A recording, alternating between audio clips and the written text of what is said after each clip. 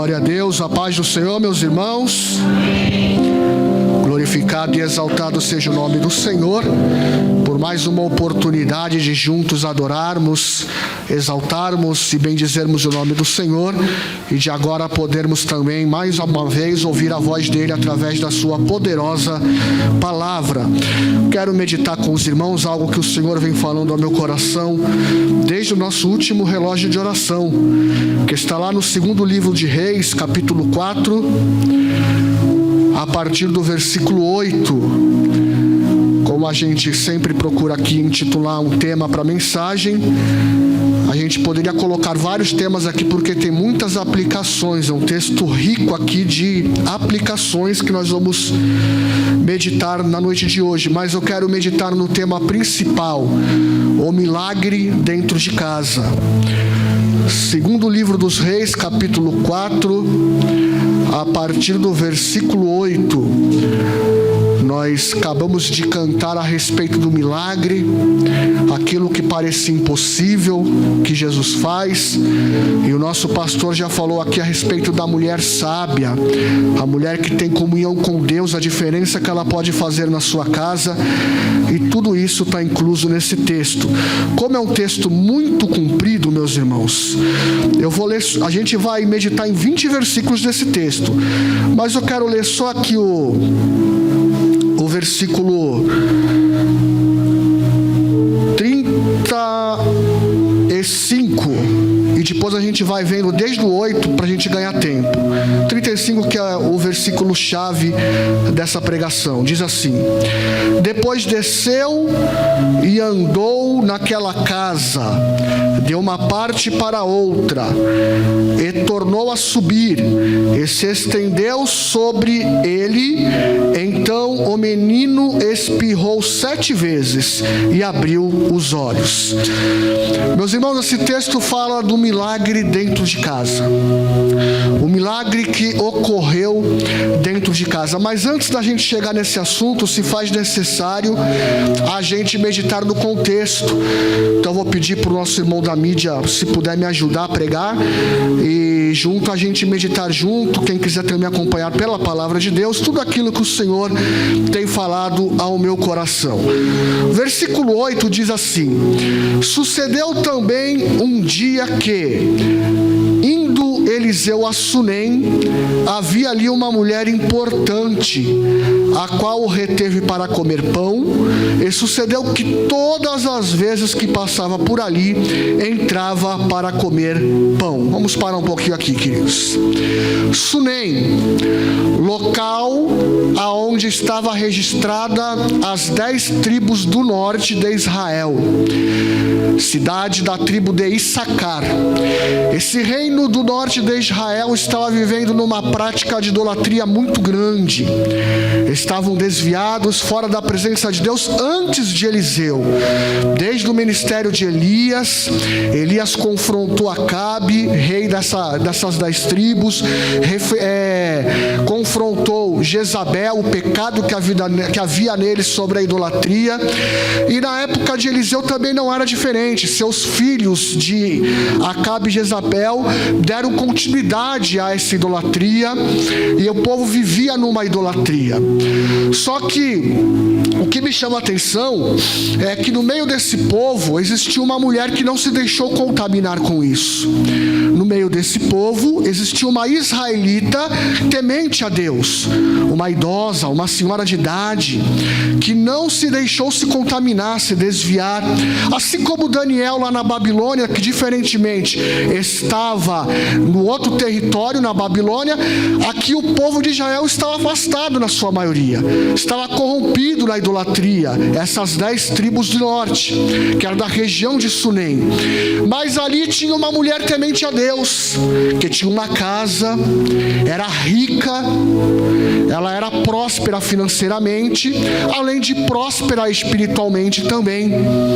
E dentro desta casa habitava com ela um homem que era seu marido. Mas o que me chama a atenção ali é que a coluna da casa era ela, era a mulher, e não seu marido. O texto me fez entender isto.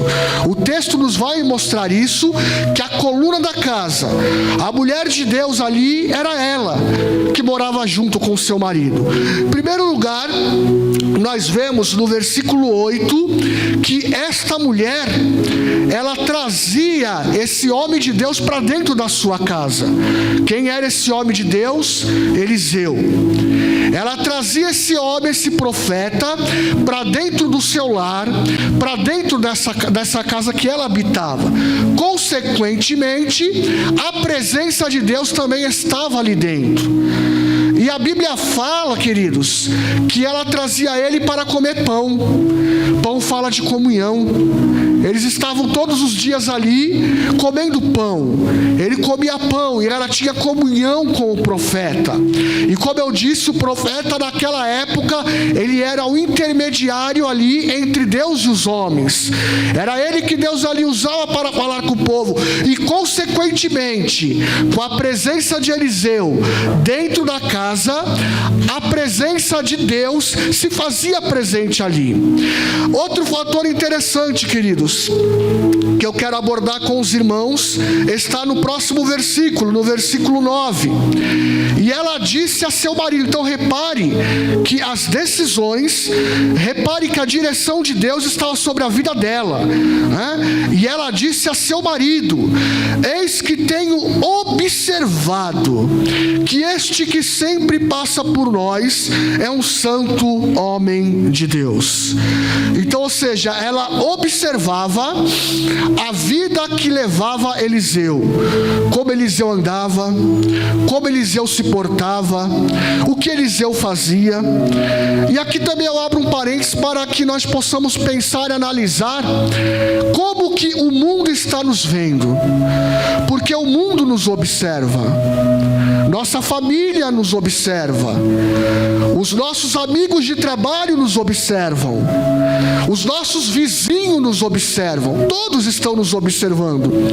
Como andamos, como agimos, o que falamos, o que fazemos.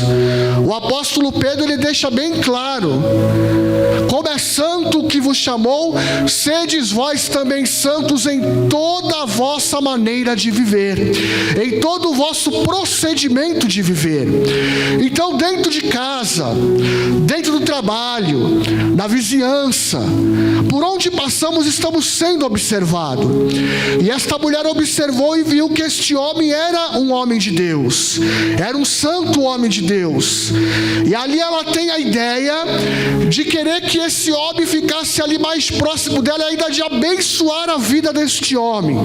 Onde ela dá a ideia para o marido de ali na sua casa, num local mais alto, em cima do muro, construir um quarto, e nesse quarto colocar uma cama, uma mesa, um candeeiro e uma cadeira, para que todas as vezes que esse profeta fosse lá, ele pudesse também ali ter uma melhor acomodação, pudesse ali também ter o seu lugar de descanso e de meditação.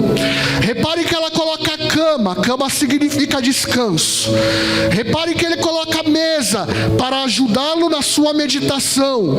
Uma coisa que nós devemos parar para pensar, que até o nosso pastor já falou aqui, que um pastor, tendo a sua vida integral na obra, ele vai ter mais tempo para abençoar a igreja, ele vai ter mais tempo para ser usado por Deus, ele vai estar mais próximo de Deus. Então esse homem, ele tinha uma mesa disponível ali, para poder meditar na palavra, para fazer uma refeição melhor. Ele tinha ali o candeeiro, que traz a luz para ele poder meditar a palavra de Deus. Ele tinha a cadeira para se acomodar. E da mesma forma, queridos, eu e você temos que saber, em primeiro lugar, quem que nós estamos colocando dentro da nossa casa. Em primeiro lugar, no lado e na esfera humana, quem que está frequentando a nossa casa? Qual é o tipo de pessoa que está entrando na nossa intimidade? Qual é o tipo de pessoa que tem entrado dentro do nosso lar? E quais as finalidades que ele ou ela está fazendo dentro de casa? Segunda coisa, o que é que temos Deus trazido para dentro da nossa casa, agora na esfera não humana, mas na esfera espiritual. Tendo esse profeta ali com aqueles objetos, representa da mesma coisa. Nós temos na nossa casa a presença de Deus. De que forma? Meditando na palavra, orando, assistindo coisas que vão edificar as nossas vidas, ou na televisão, ou na internet, ou no aparelho celular. Ter o nosso quarto ali disponível para ter um relacionamento íntimo com Ele. E da mesma forma também ter ali uma cama que é dobrar o nosso joelho naquele quarto e ter um descanso com Deus em oração.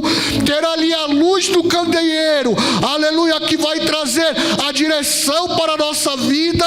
Ter ali uma direção com a presença de Deus, não somente na situação da arca de Obed-Edom, mas também uma situação de eu mesmo, através de ser coluna da minha casa, atrair a presença de Deus para minha casa e para dentro do meu quarto. Esta mulher foi sábia, teve esta percepção. Quanto tempo estamos gastando com coisas que não edificam dentro de casa, perdendo tempo, às vezes somente com coisas que não estão envolvidas com a palavra de Deus, coração, em assistir coisas que vão edificar as nossas vidas.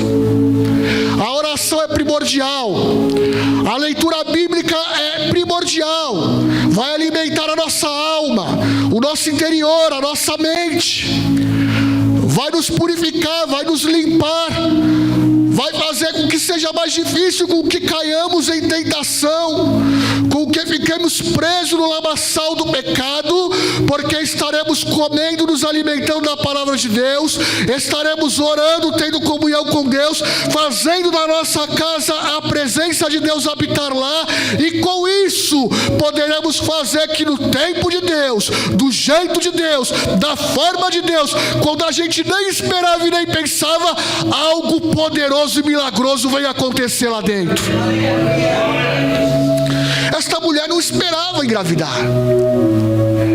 Esta mulher era idosa, seu marido era idoso. Ela não esperava por isso. Ela tem essa atitude com ele, desperta aquele profeta de falar com o seu servo que servia a ele por nome de Geazi. Olha, vai lá e pergunta para ela o que a gente pode fazer por ele, por ela, como gratidão por tudo que ela tem feito por mim aqui. Vai lá e pergunta: você quer que eu converse com o rei? Você quer que eu converse com o capitão do exército? Já estou pregando, não estou lendo. Vamos continuar aqui, ó. A partir do versículo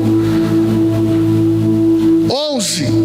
E sucedeu que um dia ele chegou ali, recolheu-se àquele quarto e se deitou. Então disse ao seu servo Geazi: chama esta suramita. E chegando a ele, ela se pôs diante dele, porque ele tinha falado a Geazi: dize-lhe, eis que tu nos tem tratado com todo o desvelo que se há de fazer por ti. Haverá alguma coisa de que se fale por ti ao rei ou ao capitão do exército? E disse ela: eu habito no meio do meu povo.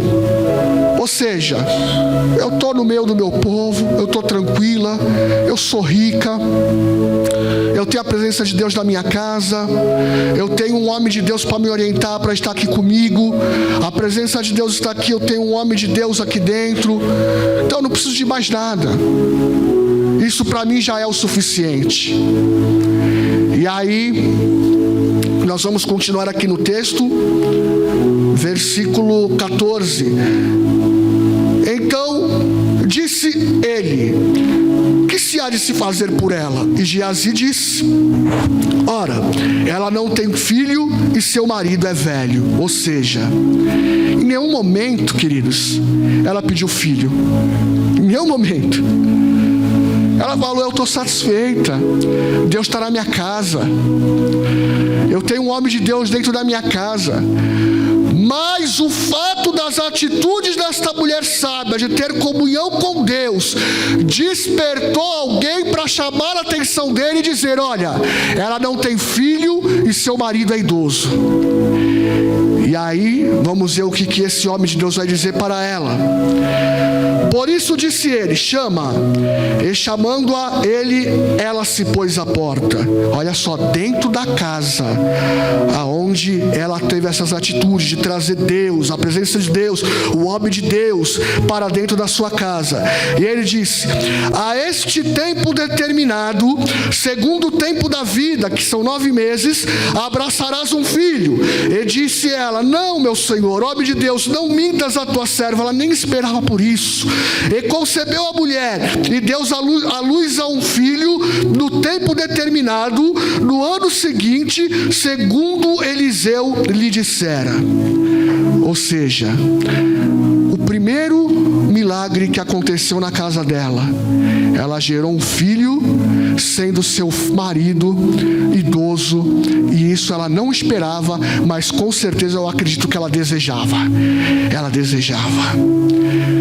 Queridos, o que nós devemos entender, quando a gente está praticando essas atitudes, de trazer Deus para a nossa casa, para o nosso quarto, de termos uma comunhão com Ele, de estarmos próximos do homem e da mulher de Deus, de estarmos sabendo quem está nos orientando, quem está nos guiando, quem está entrando dentro da nossa casa, e manter esta comunhão com Deus, de também honrar ali com o nosso pão, com as nossas contribuições financeiras, porque essa mulher gastou dinheiro para construir aquele quarto. Esta mulher gastou do seu próprio pão para alimentar o profeta, o homem de Deus. Esta mulher mostrou por onde? Pela obra de Deus. Esta mulher tinha ali o desejo de ter ali a presença de Deus na sua casa. A palavra de Deus fala o seguinte para mim, para você nesta noite, e o que aconteceu na vida desta mulher: Deus faz infinitamente mais além daquilo que pedimos ou pensamos.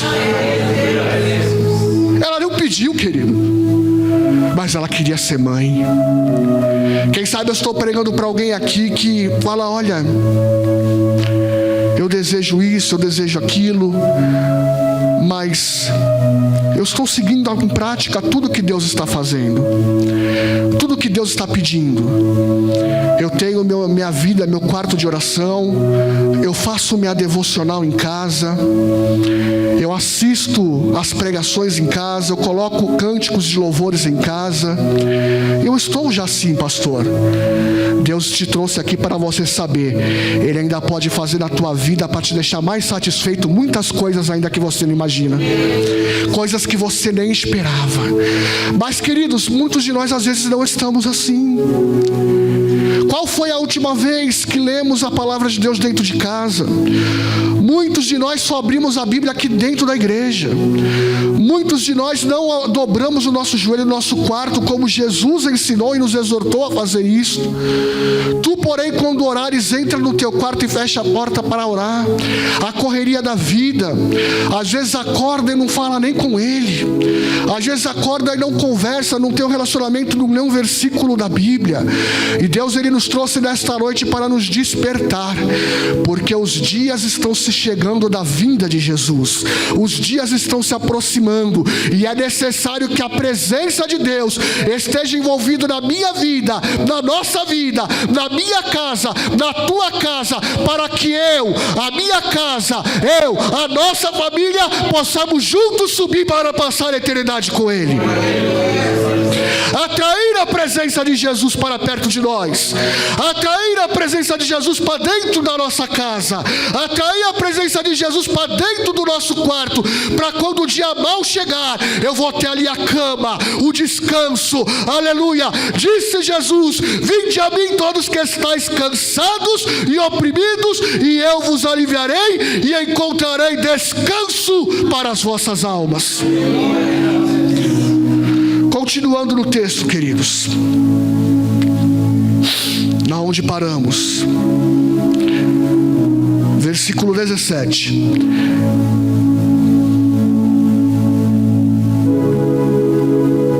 Diz assim: e concebeu a mulher, o milagre chegou lá dentro, e deu à luz um filho, no tempo determinado do ano seguinte, segundo Eliseu lhe dissera. E crescendo o filho, sucedeu que um dia saiu para ter com seu pai, que estava com os segadores. E disse a seu pai: ai a minha cabeça, ai a minha cabeça. Então disse ao moço: leva-o à sua mãe. Se lembra daquilo que já meditamos no começo? Quem que era a coluna da casa? A mulher. Quem que era a coluna da casa? A esposa dele. Quem que era a mulher de Deus, que atraía a presença de Deus, que fez tudo acontecer? Ela. Às vezes, queridos, dentro da casa ou de algum outro local, um vai ser mais espiritual que o outro. Mas você não pode deixar baixar a espiritualidade. Você tem que procurar ser o espiritual. Às vezes ele ou ela, sua esposa, sua mãe, seu pai, seu marido, seu filho, sua filha não quer saber de nada. Mas você tem que continuar firme. Você tem que continuar querendo, buscando, atraindo a presença de Deus para dentro da sua casa. Para que as pessoas possam te ver como referencial. Como ela viu Eliseu como referencial. Me veio à memória agora que quando Saul estava endemoniado, chegaram nele e falaram: eis que conheço um homem que sabe tocar bem, que é animado, que tem várias características, Saul. Mas sabe qual é a principal? O Senhor é na vida dele. O Senhor é com ele. Ele toca a harpa. Nos dias atuais podemos falar, ele traz uma palavra, ele faz uma oração, ele canta um louvor, ele prega, ele faz um aconselhamento, e a gente sente Deus, a gente sente a presença de Deus, porque ele ou ela é um homem, uma mulher de oração, ele ou ela é um homem, uma mulher que busca Deus, ele ou ela é um homem, uma mulher que reflete Deus, que tem o brilho de Deus, que tem uma palavra para nos ajudar. E aí Saul vai: chama lá. Da mesma forma essa mulher chamou Eliseu. Da mesma forma o seu marido, na hora do aperto, da angústia, chama a mãe. E quantos não estão nos procurando nos dias atuais assim? Já falei aqui disso. Pessoas que vêm procurando: eu quero tirar minha vida, chorando em prantos, porque estão nos observando, as nossas atitudes, o que fazemos, o que falamos, como nos portamos, como agimos.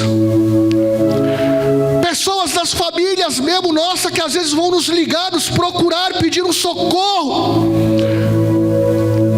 porque sabe que já tivemos experiências com Deus pelo que passamos, e na hora que ela nos ligar, na hora que ela se aproximar de nós, se nós estivermos afastados de Deus, não vai ter como nós ajudar. Mas esta mulher, ela estava todo dia com a presença de Deus na sua casa. Esta mulher, ela tinha ali a comunhão com Deus atualizada, como Daniel, 3 vezes ao dia dobrava o seu joelho no seu quarto. E diante daquela situação horrorosa de ser lançado na cova dos leões, ele permaneceu fiel até o fim. E o milagre de Deus aconteceu naquela cova. O milagre de Deus aconteceu para aquela mulher gerar um filho. E lá na frente vamos ver o milagre que aconteceu com outras atitudes. E Deus nos trouxe aqui para fazer entender que Ele continua sendo o mesmo. Ontem, hoje, eternamente, pode fazer milagre na minha e na tua casa também. Continuando no texto.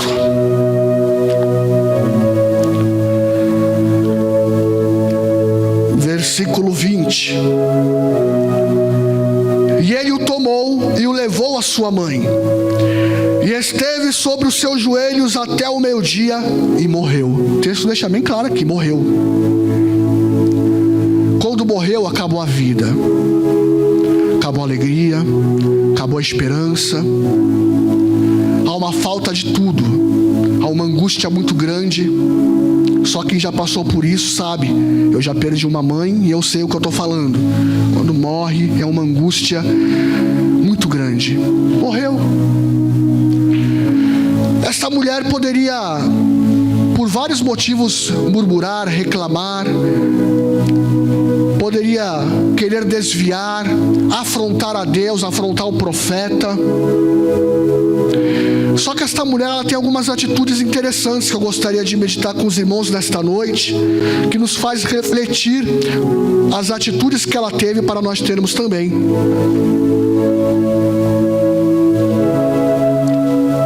Antes de tudo, da gente começar a refletir,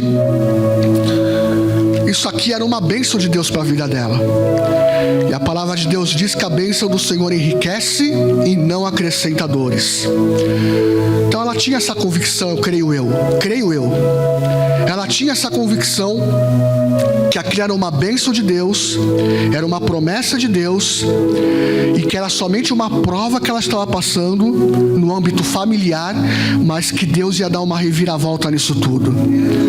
Antes da gente meditar nessa reviravolta, Deus está dizendo para mim e para você: pode estar acontecendo alguma coisa que para você parece que já acabou, não tem mais jeito. Não tem mais jeito para este ou para esta da sua família, do seu lar, ou alguma outra situação. Se foi uma coisa assim que foi de Deus para a sua vida, Ele é poderoso para dar uma reviravolta. Mas basta, primeiro, eu e você fazer por onde? Quem está entendendo, diga amém. Continuando na palavra de Deus.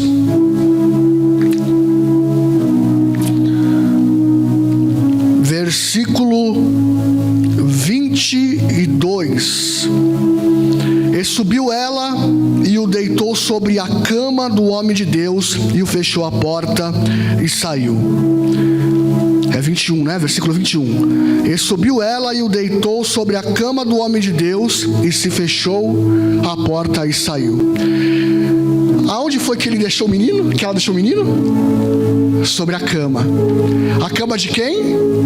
Do homem de Deus. Como já foi dito aqui, a cama se reflete ao descanso, se assimila ao descanso. A cama do homem de Deus. Ela foi no quarto aonde tinha a presença de Deus, no quarto aonde ela investiu pela obra de Deus, no quarto aonde ela tinha ali a comunhão com Deus, onde tinha um homem de Deus, e sobre a cama ela descansou ali, colocando o seu filho no descanso. A palavra de Deus já disse aqui, que fala que Deus traz descanso às nossas almas. A palavra de Deus diz: lançando sobre Ele toda a vossa ansiedade, porque Ele cuida de nós. O que a Bíblia mostra aqui nesse texto, queridos? Que ela vai deixar lá da onde o homem de Deus, a presença de Deus estava, e vai atrás até aonde o homem de Deus está, e vai atrás dele. Vamos continuar no texto. E chamando a seu marido, e disse: manda-me já um dos moços e uma das jumentas, para que eu corra ao homem de Deus e volte. Olha só, esta mulher tem a estratégia. Ela que era mulher sábia, que tinha comunhão com Deus, né? Não partiu do homem a estratégia, partiu dela. Manda-me um moço e uma jumenta para que eu vá. Queridos, nessas horas de grande angústia, de aflição, a gente também tem que procurar saber ter estratégias. A gente tem que ter a nossa busca, mas existem estratégias que Deus nos dá. A jumenta ia guiar ela com mais rapidez até o homem de Deus, porque senão ela teria que ir a pé, ia demorar mais ainda. E era uma necessidade urgente, ela não tinha veículo, por isso que ela pede a jumenta. O homem que ela chama é para ajudar e guiar. E o interessante é que ela fala, continuando no texto, vamos ver, para ele não parar. Vamos ver? Não, ainda tem um versículo antes, depois a gente vê isso daí. Então ela chama a jumenta, o homem e uma jumenta, para guiar ela para ir. Então a gente também tem que ter estratégia, queridos, de ter companheiros de oração, companheiros de consagração, companheiros de busca a Deus. Eu hoje à tarde, quando li esse texto, eu já vinha meditando desde o relógio de oração, mas hoje à tarde, quando eu cheguei nessa situação, eu comecei a me lembrar de quando eu estava internado numa casa de recuperação há 26 anos atrás. E eu tinha um companheiro comigo. Um companheiro que vivia o mesmo problema que eu, que estava internado junto comigo. Mas eu e ele, quando estávamos nas dificuldades, nas necessidades, nos juntávamos juntos e fazíamos campanha, eu e ele. Vamos levantar 3 horas da manhã para orar até as 4? Vamos. Vamos jejuar 30 dias? Vamos. Era sempre eu e ele. Sempre eu e ele. E eu estava recordando, queridos, que de 99 para cá, dos que eu conheço, possa ser que tem mais ou que tem menos, dos que eu conheço, de tanta gente que passou lá, se tiver 5 na presença de Deus é muito. E desses 5, um é eu, outro é ele. E hoje ele é pastor lá na igreja do Bruno Marco, fazendo a obra de Deus também. Então a gente tem que ter estratégia. Buscar alguém, um pastor, uma pastora de oração, um homem de Deus, uma mulher de oração. Buscar um jeito de fazer com que a gente consiga chegar mais rápido no caminho da nossa vitória, guiando em direção à nossa bênção. Quem está entendendo, diga amém. Continuando no texto.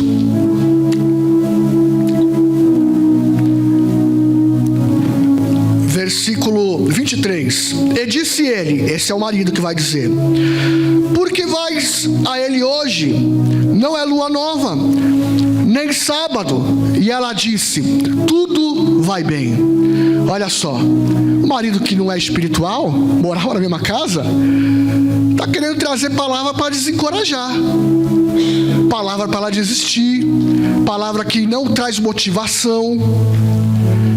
E muitas das vezes vamos ter que ser assim, vamos passar por isso, queridos. Lembram-se de Jó? A própria mulher dele falou: tá ainda aí servindo esse Deus? Amaldiçoa ele e morre logo. E o marido vem querer desestimular a mulher em querer a solução para o seu problema. Porque vai a ele hoje, não é lua nova, não é dia de sábado, não é dia de festa. Lua nova era no começo do mês, na época que os judeus celebravam holocaustos, a festa das trombetas, grandes sacrifícios, e era festa no começo do mês. Não é dia de sábado, que era o dia do descanso, que eles passavam ali 24 horas adorando a Deus. E quantas vezes, queridos, ou alguém da nossa família, ou alguém de algum local, ou o inimigo sopra no nosso ouvido: porque você vai na igreja hoje? Não é domingo, não é congresso, não é Santa Ceia. O que foi bom foi ontem, jantar de casal. Domingo pra quê? Só isso, só quer ir para a igreja adorar a Deus. Esquece de ser teu Deus. Olha o que está acontecendo, e você ainda serve a Deus. As vozes vêm: por que você vai na igreja na terça? Por que você vai na igreja na quinta? Assim como aquela mulher, quem tem a presença de Deus quer estar na presença de Deus constantemente, quer buscar a Deus constantemente. Porque um simples culto de terça-feira, que às vezes a gente pode pensar que é um culto simples, não é uma festa, não é um domingo, o milagre pode acontecer e você não estava nem esperando. Essa mulher não esperava. E tem milagre que pode acontecer na tua vida no culto de terça, no culto de quinta, porque aonde Jesus está, algo bom pode acontecer. Eu tive um pastor falecido em Santos, que por algumas vezes ele falava não só para mim, para a igreja, que ele foi curado de uma epilepsia no culto de oração de terça-feira, onde havia meia dúzia de crentes. E às vezes a gente rejeita um culto de oração numa sexta-noite, não vem a mesma quantidade do que nos cultos de domingo, e às vezes o teu milagre está para ser naquele dia. E às vezes a gente perde ou adia o milagre que pode ocorrer. Esta mulher não adiou. Esta mulher continuou firme. E ela vai dizer para o rapaz que está guiando: não pare, continue, prossiga para o alvo, como Paulo falou, vamos em frente. Eu acredito e tenho fé. Claro que agora, parafraseando, que Deus pode fazer um milagre na minha casa. Bendito seja o nome do Senhor. Continuando no texto. Então abordou o jumento e disse ao seu servo: anda, não te detenhas no caminhar, senão quando eu te disser. Partiu, pois, ela e foi ao homem de Deus ao Monte Carmelo. E sucedeu que, vendo o homem de Deus de longe, disse a Geazi, seu servo: eis aí a sunamita, a mulher que vivia lá naquela idolatria de Sunem, da tribo de Issacar. Agora, pois, corre-lhe ao encontro e diz-lhe: vai bem contigo? Vai bem com teu marido? Vai bem com teu filho? E ela disse: vai bem. Queridos, esta mulher, ela estava com uma determinação tão forte, tão firme, que ela seguiu aquele conselho que Salomão fala para nós: a morte e a vida estão no poder da língua, e o que bem a utilizar comerá do seu fruto. Provérbios 18, 21. Não estava nada bem, mas ela acreditava que iria ficar bem. Ela acreditava que ia dar certo.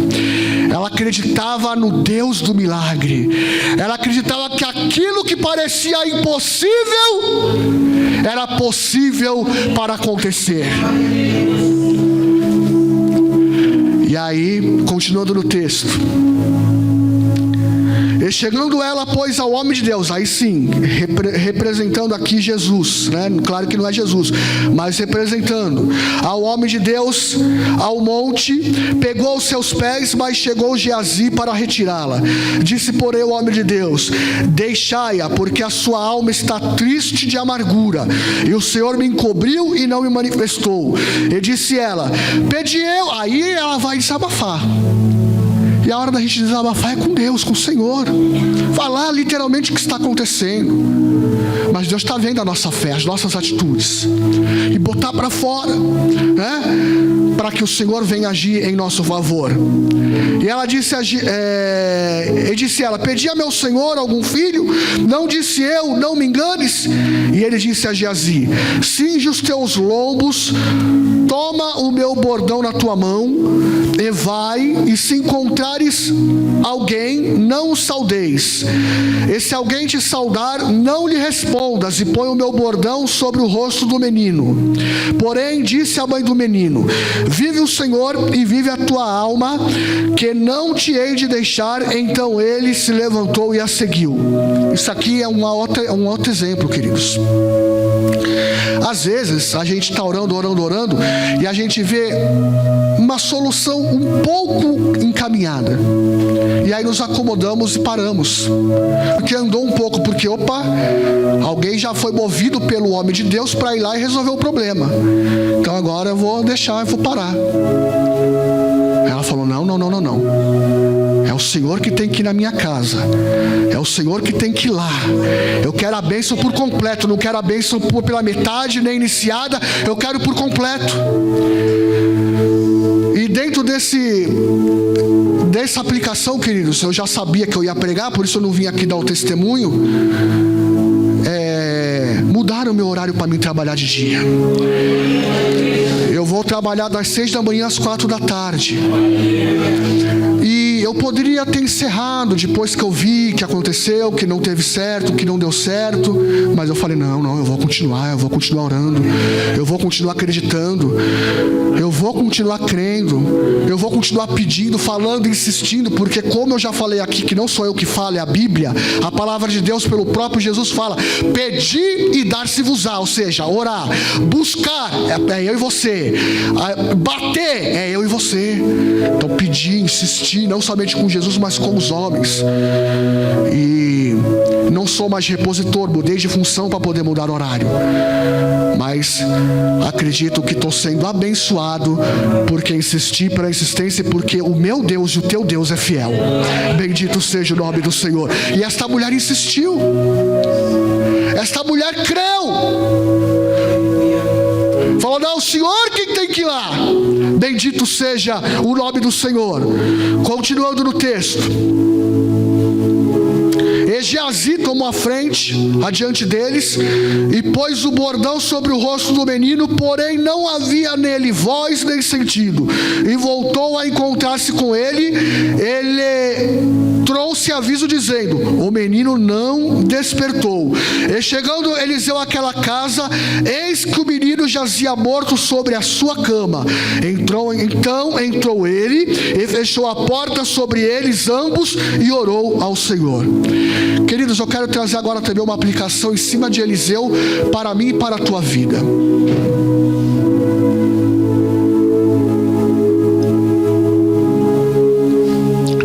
Existem situações, Deus quer agir, quer realizar um milagre, quer curar, quer salvar, quer libertar, usando a minha vida e a sua vida. E existem coisas que fomos nós quem começamos, nós que evangelizamos, nós que ganhamos para Jesus, nós que tomamos uma decisão para que aquela situação seja abençoada, e de repente as coisas mudaram. E aí somos nós quem temos que agir e não passar a minha e a tua responsabilidade para outro fazer. Existem situações também que a morte espiritual, aqui foi morte física, que a morte espiritual, que isso tem que ser resolvido entre nós, através de nós. Às vezes uma falta de perdão, às vezes uma palavra. Eliseu chega lá e vai orar. A primeira atitude do homem de Deus é orar. Ele entra no quarto e ora. Vamos continuar aqui no texto. O rapaz foi lá e não resolveu nada, Geazi. O negócio era com ele.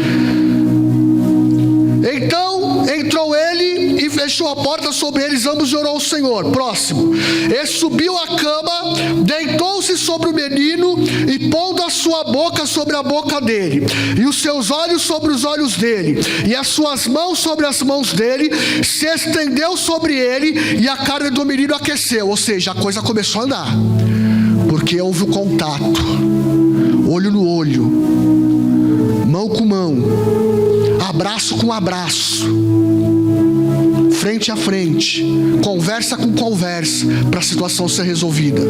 Começou com Eliseu essa bênção, e tinha que terminar com Eliseu.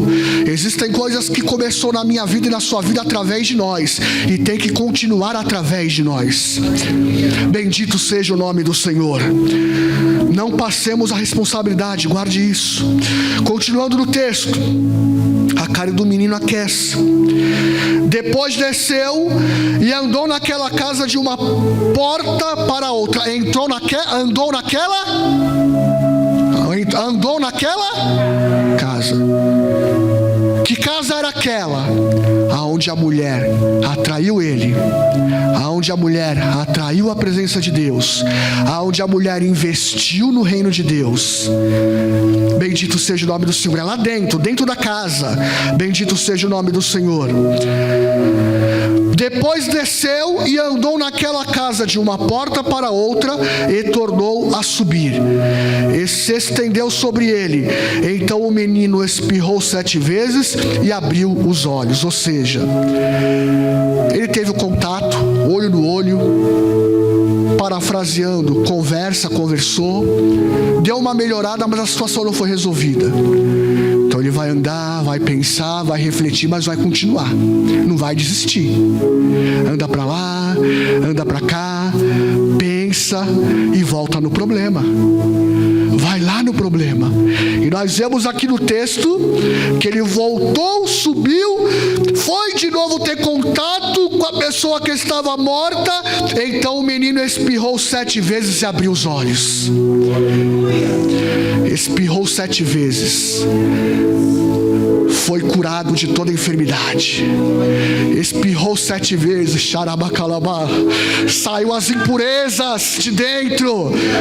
Quando a gente espirra, está saindo impureza. O Senhor quer te fazer para te usar para fazer sair impureza, sair o pecado. Aonde tem a presença de Deus, o mal tem que sair. E além de espirrar 7 vezes e ter vida, ele abriu os olhos. A Bíblia diz em 2 Coríntios 4:4 que o Deus deste século cegou o entendimento dos incrédulos.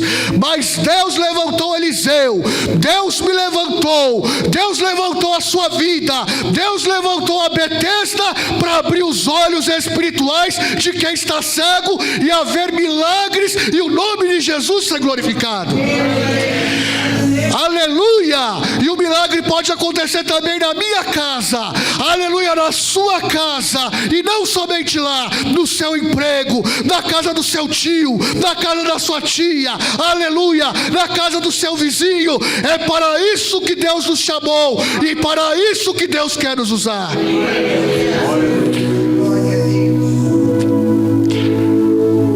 Penúltimo versículo.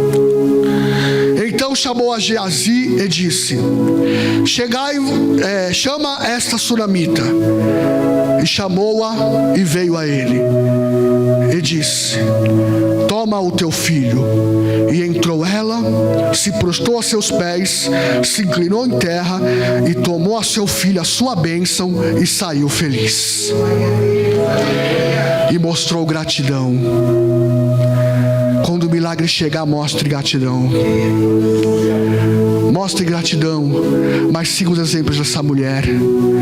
Invista a presença de Deus na nossa casa espiritual, que é o nosso corpo, o templo do Espírito Santo. Invista na presença de Deus na nossa casa, dentro do lar. Deus quer falar mais conosco. Deus quer fazer mais conosco e através de nós. Eu me recordo que uma certa feita, eu estava orando a Deus para ir embora da casa de recuperação, voltar a Santos, e pedir sinais a Deus. E Deus foi dando, que era hora de eu partir, mas eu continuava pedindo mais. E dentro de casa eu assistindo o R.R. Soares, ele pregando sobre o filho pródigo, e Deus falou muito forte ali através da vida dele: quando que você vai cair em si e voltar para a sua casa? Porque eu estava em sintonia com Deus dentro de casa, com a televisão ligada no Evangelho do Senhor, diante de Deus, o qual eu sirvo, que eu não posso mentir.